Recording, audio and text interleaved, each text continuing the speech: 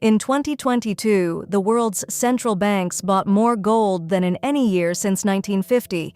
In 2023, they did it again, over 1,000 tons. China bought for 18 months straight. India added 77 tons. Poland, Turkey, Singapore, everyone was buying.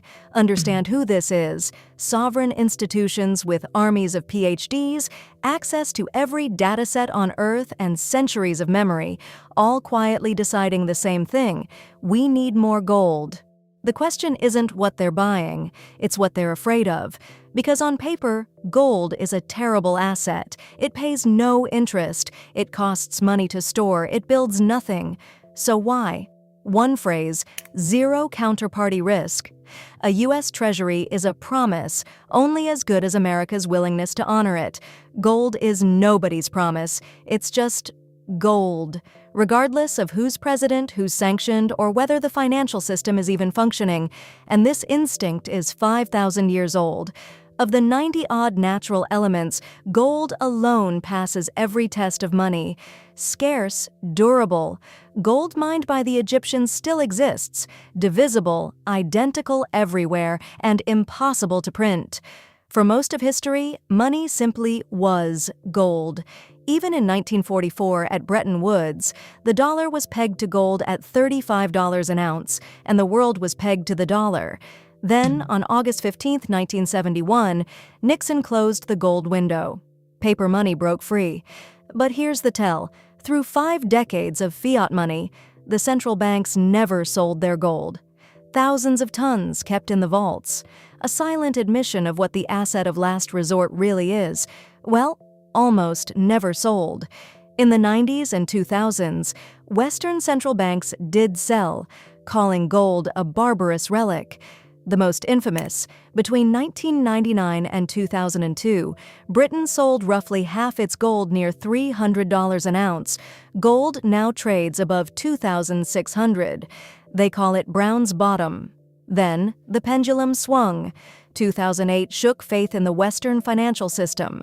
And in 2022 came the decisive moment. Russia's foreign reserves, hundreds of billions in Western accounts, were frozen with a signature. Every central bank on Earth learned the same lesson overnight. A reserve someone else can freeze isn't fully yours. So the sellers became buyers, led not by the West, but by the emerging powers. And the newest trend makes the logic physical: repatriation. Germany hauled hundreds of tons home from New York and Paris. India's RBI has flown a large share of its gold back from the Bank of England to Indian soil, because gold in your own vault is the only asset that is truly sanction-proof. Possession is the whole point. India's story runs deeper still. The RBI holds over 850 tons.